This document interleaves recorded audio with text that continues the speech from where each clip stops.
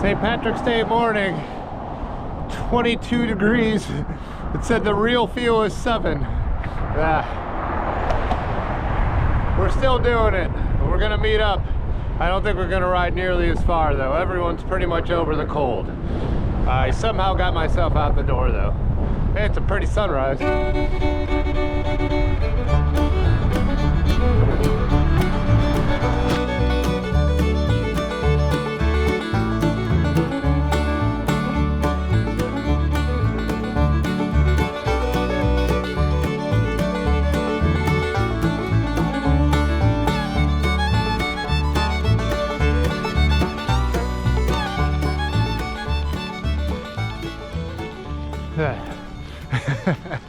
I don't like it. It was 76 on my last ride.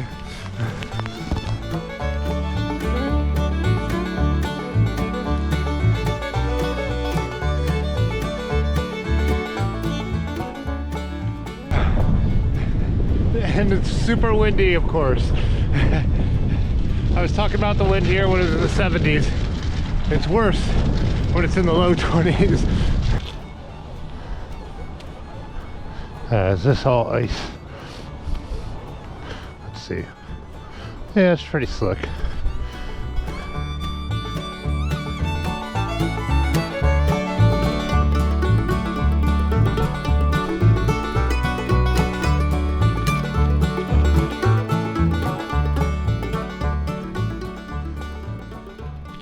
So Bob and I have been meeting up to have a beer on St. Patrick's Day on this abandoned railroad bridge since 2020. That year on fake St. Patrick's Day, the Saturday before St. Patrick's Day, the governor asked everybody to practice some restraint because COVID was just hitting and we didn't know a lot about it yet. And nobody did. He said on Monday that he saw all the pictures of all the bars being packed. So that's when he shut down the state. So we met up outside to have a beer, and then every year since we've kept this tradition. Different people show up depending on what day of the week the 17th falls on. This year it was just me and Bob, and then we met Otis. It's probably not just the day of the week this year, it's probably also the fact that it was 22 degrees out. Can we not do something? Of course not.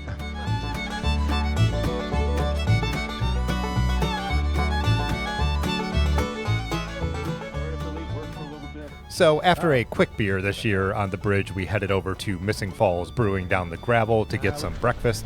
That's the other tradition we've kind of developed, is have our beer and then head over and get some breakfast. We usually then go for a longer ride to break up the day and not just sit there and drink beers. But since it was so cold and it started snowing really, really hard, we just had a few at Missing Falls. I think we'll be having another one here.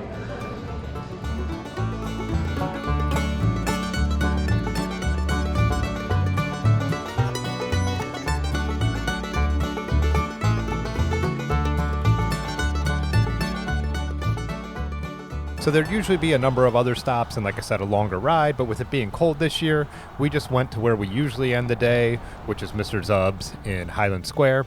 We sat at the bar there and again had just a few beers before deciding to head home, and that was kind of it. It was a shorter day, just 2 stops, but that's what it's like when the weather is like this. It was the coldest St. Patrick's Day since the 90s, they said. And I do remember going to the parade in Cleveland with a friend and his dad when it was only 19 degrees out sometime in the late 90s.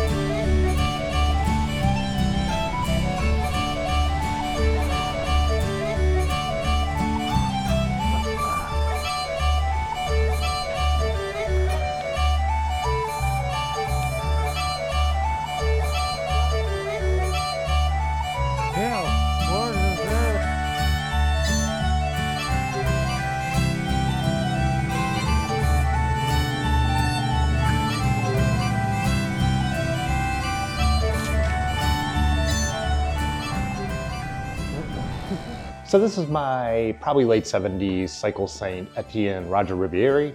I have made a whole video about the history of who Roger Riviere is and my whole story with this bike, but it's been a while, so I figured I might as well go through it again. If you've already seen this, then perfect time to click away.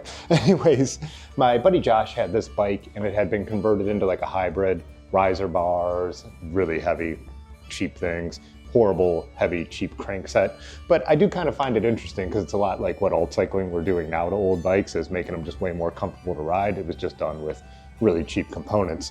So Josh, being kind of a history nerd, probably looked up Roger Riviere and saw that he was a pretty famous cyclist. He had world championships on the track and he had a number of world records, and then he crashed out in the Tour de France on a mountain and paralyzed himself. He later sold his story and said he was all doped up and stuff. So pretty sad story. He kind of failed at everything the rest of his life. So he just kept selling his name to different bike brands. And there were some decent models. This is, like I said, this is a cheap one, imported, straight gauge tubing, you know, during the bike boom and all that stuff. He wanted me to build it for him back into a road bike. I started researching it and stuff. Unfortunately, Josh passed away, so I ended up just kind of building it up for myself. I always ride it on St. Patrick's Day because that day reminds me of Josh the most. But I've done bike tours on this. I've done the Gap Trail on it. I've done some overnighters and stuff like that. So anyways, the bike here, like I said, not too much original. Top tube shifters, probably these center pole brakes, and maybe the headset. But besides that, I have a 3T stem and Chinelli bars on here. These are probably the most expensive, probably more expensive than the rest of the bike combined. I found them on eBay for a pretty good deal actually, but whatever. Yeah, they're way too nice for this bike, but I still kind of like it. These wheels are by a brand called Vuelta. I just went to their website and they still exist, but they're not offering a lot of stuff. They were kind of like seemed like an eBay brand, and they had actually, these wheels were rebranded with big ugly stickers on them, but they are Vuelta wheels. They're amazing though. I think they were like a $200 wheel set and they have held up incredibly well. They're kind of like fake Aero and they do have Aero spokes, but like they've never gone out of true, like none of the spokes are loose. So, and they weren't like ridiculously heavy either. So for a really cheap wheel set, they've done really, really well. I have a 38mm Continental Tour Ride on the front and a 38mm Gravel King on the back. I think the only reason they're mismatched tires is I wore out the original front one, and the Gravel King is what my shop had for sale. Have a cheap Shimano front derailleur. Actually have a kind of cool 105 rear derailleur on here. Someone will know, but when they painted them yellow, so that'd probably identify the era a little bit. Got this toe peak rack on the back. It's one with the track, so there's different accessories you could slide onto there. I have a bag that goes on with fold down panniers, but for the other day I just threw on my Swift Junior Ranger so I could throw my extra layers and tools and all the stuff, beer in there and everything I needed. Since I have a derailleur hanger on here that bolts on, it kind of reinforces these cheap dropouts here. So on the other side, what we did at Dirty Rivers, put one of these hurdy-gurdies on here, and they're kind of designed and they reinforce this cheap dropout, and they also make it so the wheel won't slip in the dropout, as I don't have the little bolts that used to go in there. People have asked me over the years when I used to do more on my vintage bikes, like some like markings to identify a cheaper bike. Obviously, like if you see what the tubing is, that'll give you a really good idea. But one way to know a bike's a really cheap bike is these cheap, really thin dropouts, whereas a more expensive bike is gonna have a thicker dropout and it's usually gonna be branded with something, you know, Campy or one of the French brands, probably if this was a nicer bike. The saddle is a vintage competition standard. Jay Dandy gave this to me from the Bike Co-op. I don't think they use this model anymore. I think it's narrower than the typical B17. All mine are Champions, Champion standards on my modern bikes. And so those are much wider. So I think they've just switched the naming scheme when they use some of their narrow saddles now. So I don't know if anyone has the information on when this would have been from, with this naming scheme being like a more narrow, racier saddle. Let me know. I also have to say, like, you hear over and over again about how Brooks saddles have gotten so cheap. I mean, you hear this about everything, but specifically I always hear it with Brooks saddles. And this being a more vintage one, the quality is just about the same as my modern B17. So I don't know if that's just a myth. And also Brooks makes some nicer higher end saddles now, you know, like the ones with the bigger rivets and all that stuff. So yeah, I think that Brooks have gotten way cheapened is more of a myth than anything. Sagino cranks, however you pronounce that. The pedals are some of the Deity compounds. I don't recommend these pedals. I feel like where the plastic and the spindle is too thick, and so it kind of hits the center of your foot. I don't mind it for riding that much, but they're just not as grippy. Deity makes better pedals even in the more affordable plastic ones, and then I really like their metal ones that I use on my nicer bikes. A couple people on Instagram did ask what these levers at the top were. I didn't know that. I guess if you're younger, maybe you don't know, but top tube shifters were a thing for a while. Stem shifters, whatever you want to call them. So, your racier bikes always had the down tube shifters, but then with some cheap bikes, they would put them up here. This bike actually shifts really, really well for friction in these cheap levers. The only thing I don't like about them up here is when I stand on my bike, I stand so far forward that I could accidentally bump them. I've read that that's a reason they stopped using them, but they use top tube stem shifters, I think, on bikes into the early 90s probably. So basically, if you're wondering how I got 38s on a road bike, one, on some of the cheaper bikes, the tolerances weren't as tight, so you're not like limited to like 25s or something like you are on some vintage race bikes. But also, since this bike was made for the US market, they sold it with the 27-inch wheels, not to be confused with what we call 650B now. This was a wheel that was slightly larger than 700C. So if you take these old bikes and you put 700C wheels on them, you could usually get a little bit beefier tire on here, in this case 38s. The only thing you need to worry about is if your brakes will reach the brake track.